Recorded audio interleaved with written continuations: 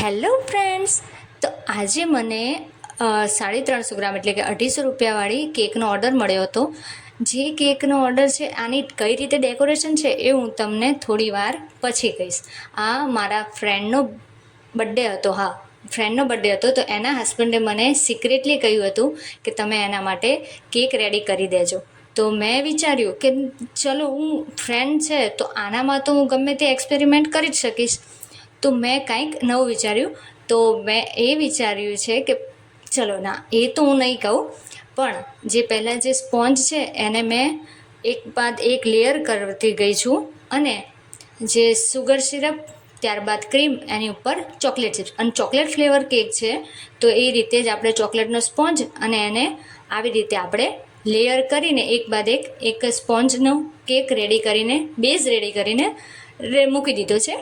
હવે એને હું ક્રમ કોટ કરીશ, અને ક્રમ કોટ કરીને એને 10 થી 15 મિનિટ માટે ફ્રીઝમાં મૂકી દઈશ.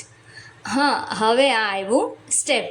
તો મેં જે હાર્ટ શેપ બનાવવાની છું, તો હું રાઉન્ડ કેકમાંથી હાર્ટ શેપ બનાવીશ, અને એ પણ તમે જુઓ તો એ કઈ રીતે મેં બનાવ્યો છે.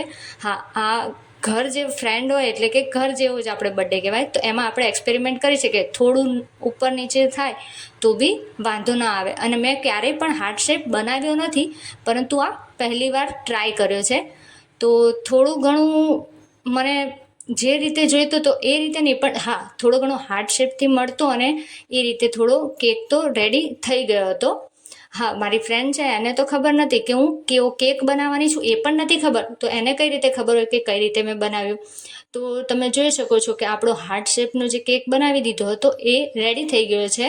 અને એને મેં જે કટ કરીને એનો હાર્ટ શેપ બનાવ્યો હતો તે બાદ પણ મેં એને ફ્રીઝમાં થોડી વાર માટે મૂકી દીધો હતો. અને દેવસે પણ ઉપરથી જોઈ લીધું કે મમ્મી, હાર્ટ શેપ તો બરાબર જ છે. અને ત્યારબાદ હવે આપણે ફાઇનલ કોટ કરીશું. તો ક્રીમની અંદર મેં પિંક કલર એડ કરીને આવી રીતે હાર્ટ શેપની ઉપર ક્રીમ મેં પહેલાં તો કોટ કરવા માટે અપ્લાય કરી દીધી છે. હસબન્ડ તરફથી બર્થડેનું મળ્યું એટલે કે આપણે થોડું એમ થાય કે ચલો હાર્ટ શેપ હોય અને પિંક કલર કરીએ, પરંતુ મને ત્યાં સુધી હજી આઈડિયા જ નહોતો કે રિયલ જે પિંક હોય એને કઈ રીતે કરું. હવે મને ફાવી ગયું છે, પણ સ્ટાર્ટિંગમાં જ્યારે આ કેક હું બનાવતી હતી ત્યારે મને થોડું ડિફિકલ્ટ લાગતું હતું, અને થોડું હું ડરતી પણ હતી કે કઈ રીતે બનાવીશ, કઈ રીતે આ બનશે, શેપ કઈ રીતે આવશે. તો એમાં થોડી ક્રીમ ક્યાંયથી કોઈ જગ્યાએથી નીકળી પણ જતી હતી, અને કોઈ જગ્યાએ વધારે ઓછું પણ થઈ જતું હતું. પણ એને પણ મેં થોડી ક્રીમ વધારે એડ કરીને એને થોડું ઘણું જે સરસ રીતેનો શેપ હતો એ હાર્ટ શેપ મેં કરી લીધો હતો તૈયાર. તો તમે જોઈ શકો છો કે પિંક કલરથી આપણે આખી ક્રીમને પિંક કલર એડ કરીને આખી કેકને જે કવર કરી લીધું છે, અને ઉપરથી પણ શાર્પ એજ આપી દીધા છે. અને એને જે ક્રીમનું આખું લેયર, મતલબ એની ઉપર આપણે આખો કોટ થઈ ગયું છે. હવે એની ઉપર હું વિચારતી હતી કે આની ઉપર હવે હું શું કરું તો કંઈક સરસ લાગશે.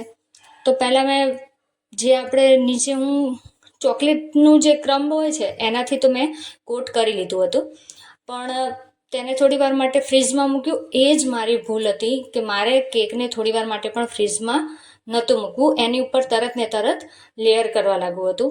તો જે ગ્લેઝ હતો, મતલબ કે જેલ, ન્યુટ્રલ જેલ, એની અંદર રેડ કલર એડ કરીને આવી રીતે હાથની આજુબાજુથી ડ્રીપિંગ કરી લીધી હતી, રેડ જેલમાં કલર એડ કરીને.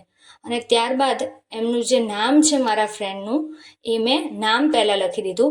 નહીં તો જો અલગ કરત તો કાંઈ, એમનું નામ મોટું થોડું છે, અને આ કેક છે 300 થી 350 ગ્રામની. તો એમાં નામ પણ કઈ રીતે પાછળથી એડ કરવું, અને કાંઈ સૂઝતું જ નહોતું, કારણ કે મોડા એમનો ઓર્ડર આવ્યો હતો કે તમે આ રીતે કરી દો. તો પછી બાદમાં મેં હાર્ટ શેપમાં એને ચોકલેટ ચિપ્સ અને આ પલ્સ એડ કરી દીધી. તો તમને આ કેક કેવી લાગી?